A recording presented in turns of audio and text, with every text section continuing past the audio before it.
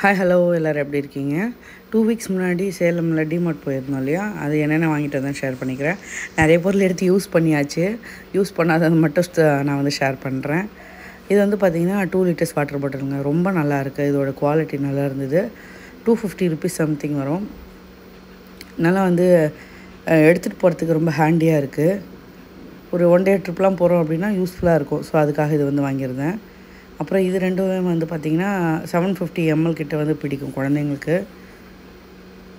So 2 பேருக்கும் வந்து காரில் போகும்போது அண்ணாந்து வந்து குடிக்க முடியல. அதனால் இந்த மாதிரி சிப்பர் மாதிரி இருந்தால் கொஞ்சம் ஈஸியாக இருக்கும்.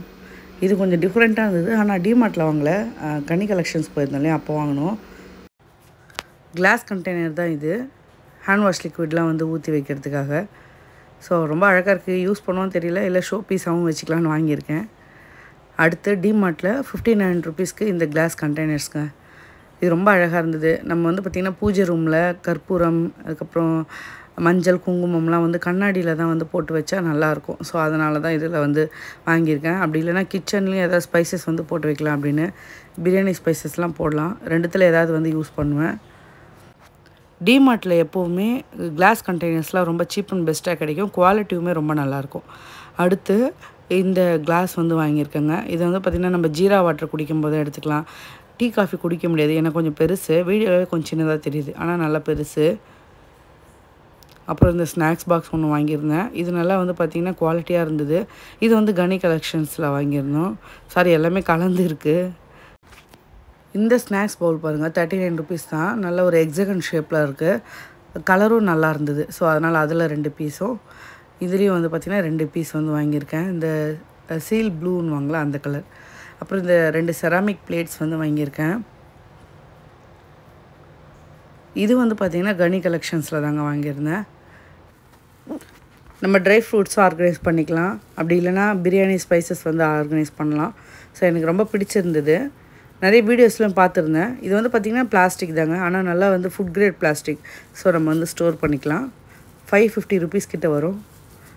இதில் நம்ம எல்லா ட்ரை ஃப்ரூட்ஸும் போட்டு வைக்கிறதுனால குழந்தைங்களுக்கு அது பார்க்கும்போது எடுத்து சாப்பிடணும் ஒரு இன்ட்ரெஸ்ட் வரும். ஸோ இப்போ நான் வந்து கிளாஸ் கண்டெய்னரில் தான் ஸ்டோர் பண்ணி வச்சிட்ருக்கேன். இந்த மாதிரி நம்ம போட்டுட்டு டைனிங் டேபிள் மேலே வச்சிட்டோன்னா கண்டிப்பாக வந்து அடிக்கடி எடுத்து சாப்பிடுவாங்க. ஸோ அதனால தான்.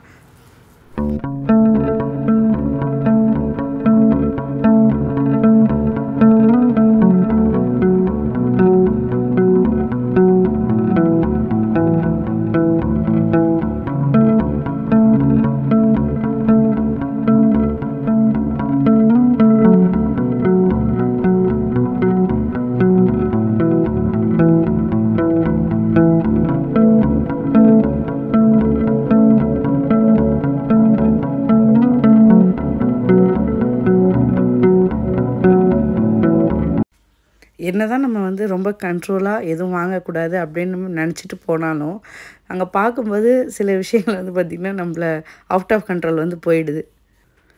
பெரியவ வந்து பார்த்திங்கன்னா ஒரு வேலை எடுத்தால் ரொம்பவே நீட்டாக வந்து பண்ணி முடிப்பா அவங்கள மாதிரியே. சின்னவ வந்து கொஞ்சம் என்ன மாதிரி அதை வேகமாக செஞ்சிருவா. ஆனால் இவ சின்ன சின்ன விஷயங்கள் கூட அந்த நூக்கன் கார்னு சொல்லுவாங்க, அந்த மாதிரி ரொம்ப பர்ஃபெக்டாக வந்து பண்ணுவாள்.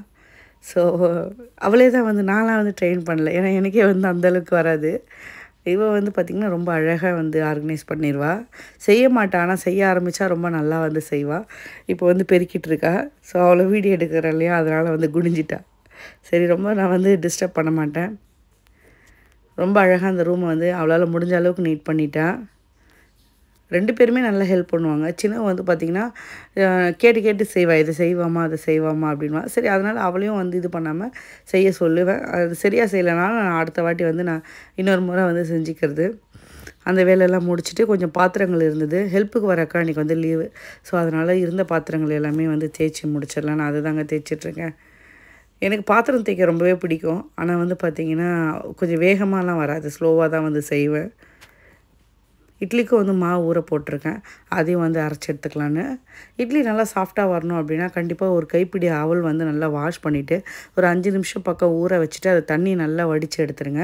நம்ம அரிசி உளுந்தெல்லாம் போட்டு அரைப்போம் இல்லையா, அப்போ வந்து இதையும் சேர்த்து நல்லா நம்ம அரைச்சிக்கலாம். இட்லி நல்லா சாஃப்டாக இருக்கும். நான் வந்து அரிசி, உளுந்து, வெந்தயம் 3மே சேர்த்த மாதிரி தான் ஊற வைப்பேன். 1 மணி நேரம் வந்து லாஸ்ட்டாக ஃப்ரிட்ஜில் வச்சு எடுத்து அரைச்சோம் அப்படின்னா கிரைண்டர் வந்து சூடாகாது, மாவும் நல்லா ஃப்ளஃபியாக இருக்கும். அடுத்தது பாத்திரங்கள் தேய்ச்சி முடிச்சுட்டு சின்ன சின்ன க்ளீனிங்கும் அப்படியே பண்ணிடலான்னு கேஸ் ஸ்டவ்வும் வந்து க்ளீன் பண்ணி விட்டுறேங்க. இது வந்து கிளாஸ் டாப் அப்படின்றதுனால அடிக்கடி வந்து க்ளீன் பண்ணாதான், இல்லைனா வந்து அது அந்த கரைகளை எடுக்கிறதுக்கு கொஞ்சம் சிரமமாக இருக்கும். சமைச்சு முடிச்சதுமே ஒரு வாட்டி வந்து பார்த்திங்கன்னா இந்த ரீயூசபிள் டிஷ்யூ வச்சு நான் வைப் பண்ணி விட்டுருவேன். இருந்தும் வந்து பார்த்திங்கன்னா ஒரு 2 நாளைக்கு ஒரு முறையாவது அதை நல்லா வந்து டீப் க்ளீன் பண்ணால் தான் நல்லாயிருக்கும். பார்க்க புதுசு மாதிரியே ஒரு லுக்கில் இருக்கும். மாவும் அரைச்சிட்டு கிரைண்டர் எல்லாமே கழுவி வச்சுட்டேன். மாவு அரைச்சோம் அப்படின்னாலே ஏதோ ஒரு சாதிச்ச மாதிரி இருக்குங்க. ஒரு 2-3 நாளைக்கு வந்து என்ன செய்யணும் அப்படின்ற டென்ஷன் இல்லாமல் இருக்கும். அப்புறம் அது முடிச்சுட்டு அன்றைக்கி வந்து ஒட்டடையும் வந்து அடித்து முடிச்சிடலான்னு. ஸோ நான் சாம்பிராணி டெய்லியும் வந்து போடுறதுனால சீக்கிரமாக எனக்கு வந்து பார்த்திங்கன்னா ஒட்டடை சேர ஆரம்பிச்சிடும். அதனால தான் தண்ணியில் வந்து பார்த்திங்கன்னா கொஞ்சமாக பச்சை கற்பூரம் சேர்த்துட்டு இந்த இதில் வந்து ஸ்ப்ரே பண்ணி விட்டுக்கலாம். நீங்கள் இந்த டஸ்டரில் பண்ணிவிட்டு தொடச்சோம் அப்படின்னா இந்த பூச்சிகள் செவுத்தில் ஒட்டிகிட்ருக்கோம் இல்லையா, பல்லி, அதெல்லாம் வந்து அதிகமாக வராமல் இருக்கும். அதனால் ஸ்ப்ரே பண்ணிவிட்டு நம்ம வந்து இந்த மாதிரி வந்து டஸ்ட் பண்ணி எடுத்துக்கலாம். ஒவ்வொரு நாளைக்கு நம்ம ஒவ்வொரு வேலைகள் பண்ணணும் அப்படின்னு யோசித்து பண்ணால் கொஞ்சம் ஈஸியாக நம்ம வேலைகளை பண்ணிடலாம். வீட்டையுமே க்ளீனாக வந்து மெயின்டைன் பண்ணிக்கலாங்க. எனக்கு வீட்டை மெயின்டைன் பண்ணுற கொஞ்சம் துணி வந்து ஃபோல்ட் பண்ணுறது தான் ரொம்ப கஷ்டம். மற்றபடி எல்லாமே வந்து இன்ட்ரெஸ்ட்டாக பண்ணிடுவேன். அப்புறம் அதுவும் முடிச்சுட்டு ஹேர் வாஷ்லாம் பண்ணிவிட்டு வந்துட்டு வீடு வந்து தொடச்சி விட்டுறலாம் அப்படின்னு. என்னதான் ஹெல்ப்புக்கு வரவங்க செஞ்சாலுமே நம்ம அதை வீடு துடைக்கிறது, பூஜை பாத்திரங்கள் தேய்க்கிறது இதெல்லாம் செய்யும்போது தான் ரொம்பவே ஒரு சாட்டிஸ்ஃபேக்ஷனாக இருக்குங்க. வீடு துடைக்கும் பொழுதும் சரி, ஒரு கைப்பிடி அளவு கல் உப்பு, மஞ்சள் தூள் இது சேர்த்து வந்து துடைக்கலாம். இது பின்னாடி என்ன சயின்ஸ் இருக்கலான்னு தெரியாது. ஆனால் நல்ல ஒரு பாசிட்டிவ் வைப் கொடுக்கும் அப்படின்றாங்க. ஸோ செஞ்சு தான் பார்க்கலாமே, நான் அப்படி தான் வந்து செய்வேன். ஒன்ஸ் வந்து பார்த்திங்கன்னா லிக்விட் வந்து போட்டுட்டு அதில் வந்து நல்லா தொடச்சி எடுத்துருவேன். அடுத்தது இன்னொரு முறை கல் உப்பு போட்டு நம்ம தொடச்சோம் அப்படின்னா நல்லா க்ளீனாக இருக்குங்க. நம்ம டோர் மேட்ஸ் இது எல்லாமே வந்து வாரத்தில் ஒரு முறையாவது பெட் ஸ்ப்ரெட் மாதிரி இது எல்லாமே கண்டிப்பாக மேட் இது எல்லாமே துவைச்சி போட்டுட்டு 2 செட் மேட் வச்சுக்கோங்க. அப்போ தான் வந்து பார்த்திங்கன்னா நல்லா நீட்டாக இருக்கும். நம்மளால மெயின்டைன் பண்ணவும் ஈஸியாக இருக்குங்க. வண்டிகள்லாம் போகிற அப்போ ஃபங்க்ஷன் வந்தால் தான் க்ளீன் பண்ணணும் அப்படின்லாம் கிடையாது. அடிக்கடி வந்து பார்த்திங்கன்னா நம்ம இந்த மாதிரி செஞ்சுட்டே வரும்போது ரொம்ப டீப் க்ளீன் பண்ணணும்னு அவசியம் இல்லை. வீடும் பார்க்க நீட்டாக இருக்கும். எல்லா வேலைகளும் முடிஞ்சதுங்க. விளக்கு ஏற்றிட்டேன். வீட்லேயே வந்து அரிசி மாவு அரைச்சி தான் வந்து கோலம் போடுவேன். வந்து அரிசி நீ ப்ராப்ளம் வந்ததுல இருந்து மஞ்சள் குங்குமமும் என்னால் நாட்டு வைக்க முடியல, போக வேண்டியது இருந்தது. அதுவும் அப்படியே விட்டுட்டு அதனால தான் வைக்கணும். நாட்டு மருந்து கிடைக்கும். தேவையானதெல்லாம் வந்து பார்த்திங்கன்னா ஒரு மாதத்துக்கு தேவையானதெல்லாம் வந்து வாங்கி வச்சுக்கலாம். ஸோ அதுக்காக தான் வந்துடணும். இதோட இந்த வீடியோ வந்து நைட்டு ரொட்டீன் முடியுது. மறுநாள் காலையில் வந்து பார்த்திங்கன்னா இட்லி வந்து பண்ணிவிட்டு அப்புறம் சாதமும் இப்போ வந்து வச்சுட்டேன். வெயில் அதிகமாக இருக்கிறதுனால பிரேக்ஃபாஸ்ட் ரெடி பண்ணும்போதே லஞ்சுமே இப்போல்லாம் ரெடி பண்ணிடுறது. உருளைக்கிழங்கு மட்டும் சேர்த்து குருமா பண்ணியிருந்தேங்க. சாதம் வந்து வடித்து தான் நான் எப்போவுமே சாப்பிட்றது.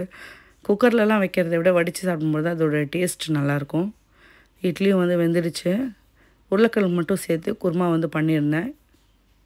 ஸோ இந்த குருமா சாதத்துக்கூடயுமே ரொம்ப நல்லாயிருக்கும். சப்பாத்தி கூட சூப்பராக இருக்கும். நல்லா ஒரு நான்வெஜ் கிரேவியில் அந்த அளவுக்கு வந்து டேஸ்ட்டு நல்லாயிருக்குங்க. அப்புறம் ஏசி வந்து பார்த்திங்கன்னா ப்ளோயர்லாம் க்ளீன் பண்ணுறதுக்கு வந்து புக் பண்ணியிருந்தோம். ஸோ அவங்க வந்திருந்தாங்க. அவங்களுக்கு டீலாம் போட்டு கொடுத்துட்டு அடுத்து நான் வந்து பார்த்திங்கன்னா லஞ்ச் ரெடி பண்ணலாம் அப்படின்ட்டு சாதம் வந்து காலையிலே வடிச்சிட்டேன் இல்லையா. இப்போ குழம்பு மட்டும் தான் வைக்க போகிறேன். இந்த குழம்பு ரொம்ப பிடிக்கும், சூப்பராக இருக்கும். காளான் தண்ணி குழம்பு அப்படின்ட்டு ஈரோடு ஸ்டைல் இது. அவங்க வந்து பார்த்திங்கன்னா இந்த மட்டன் எல்லாமே அந்த மாதிரி தான் தண்ணி குழம்பு அப்படின்னு வைப்பாங்க. அதுக்கு எண்ணெயில் சோம்பு, மிளகு, சீரகம், அப்புறம் வெங்காயம், தக்காளி, பச்சை மிளகாலாம் சேர்த்து வதக்கி எடுத்து அரைக்கணும். நான் அந்த ரெசிபி நெக்ஸ்ட் வீடியோவில் வந்து ஷேர் பண்ணுறேன். இப்போ வந்து பார்த்திங்கன்னா தயிர் இருந்தது. சரி அதில் கொஞ்சமாக பெருங்காயத்தூள் உப்பு போட்டு குடிக்கலாம் அப்படின்னு இந்த வெயிலுக்கு நல்லாயிருக்கும். சரி அந்த ஏசி டெக்னீஷியனும் 2 பேர் வந்திருந்தாங்க. லாங்லேருந்து வரதுனால அவங்களுக்கும் இன்னொரு முறை வந்து பார்த்திங்கன்னா சாதம் வந்து வேக வச்சுட்டு இருந்தேன். குழம்பு வந்து சூப்பராக ரெடி ஆகிடுச்சு. கொஞ்சம் தண்ணியாக தான் இருக்குங்க, ஆனால் சூப்பராக இருந்ததுங்க. நல்லா வந்து காரசாரமாக கறி குழம்பை விட இது அவ்வளோ டேஸ்ட்டாக இருந்தது. அப்புறம் இவங்க ரொம்ப நாளாக ட்ரங்கன் மங்கி போகணுன்னு கேட்டுகிட்டே இருந்தாங்க. ஸோ அதுக்காக தான் வந்து போயிருந்தோம். அங்கே ஷேக்ஸ்லாம் வந்து எப்படி இருக்குது ட்ரை பண்ணலாம் அப்படின்ட்டு. அங்கே வந்து பார்த்திங்கன்னா இந்த மாதிரி உட்டன் பிளாக்ஸ் வந்து வச்சுருந்தாங்க. அதை பார்த்ததும் விடுவாங்களா, அதை எடுத்து வச்சுட்டு அதை வந்து விளையாடலாம் அப்படின்னு பண்ணிகிட்டு இருந்தாங்க.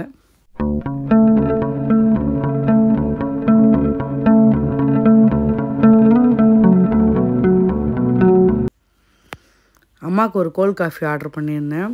ஸோ அவங்க அதை எப்படி இருக்குது டேஸ்ட் பண்ணிகிட்ருக்காங்க. நல்லா இருந்தது. அப்புறம் சின்னவளுக்கு வந்து பார்த்திங்கன்னா ஓரியோ மில்க் ஷேக் கேட்டிருந்தேன். அது பெரிய வந்து ஹாட் காஃபி. நான் வந்து பார்த்திங்கன்னா இந்த வெஜ் ரேப் தான் சொல்லியிருந்தேன். இதில் வந்து பார்த்திங்கன்னா கொஞ்சம் மைனஸ் அதிகமாக சீஸும் அதிகமாக இருந்தது. அது மட்டும் தான் எனக்கு பிடிக்கல. பட்டு மற்றது எல்லாமே நல்லா இருந்தது. ட்ரிங்க்லாம் நல்லா இருந்தது. ஹாட் காஃபி வந்து பெரியவர் வந்து குடித்தா நல்லா என்ஜாய் பண்ணாங்க. ஏதாவது ஒரு வேலை செஞ்சாங்க அப்படின்னா அதுக்கு பின்னாடி வந்து பார்த்திங்கன்னா இந்த மாதிரி ஒரு விஷயங்கள் இருக்கும். இங்கே கூப்பிட்டு போ, இல்லைன்னா இது வாங்கி கொடுமா அப்படின்னு இந்த மாதிரி ஒரு விஷயங்கள் வந்து சொல்லிவிடுவாங்க. சரி, அவங்களுக்கும் ஒரு சின்ன என்கரேஜ்மெண்ட் மாதிரி இருக்கும். அதனால் கண்டிப்பாக வந்து கேட்டதும் கூப்பிட்டு வருவேன். இந்த வீடியோ இதோட முடியுதுங்க. பிடிச்சிருந்தால் சப்ஸ்கிரைப் பண்ணி சப்போர்ட் பண்ணுங்கள். நெக்ஸ்ட் வீடியோவில் பார்க்கலாம்.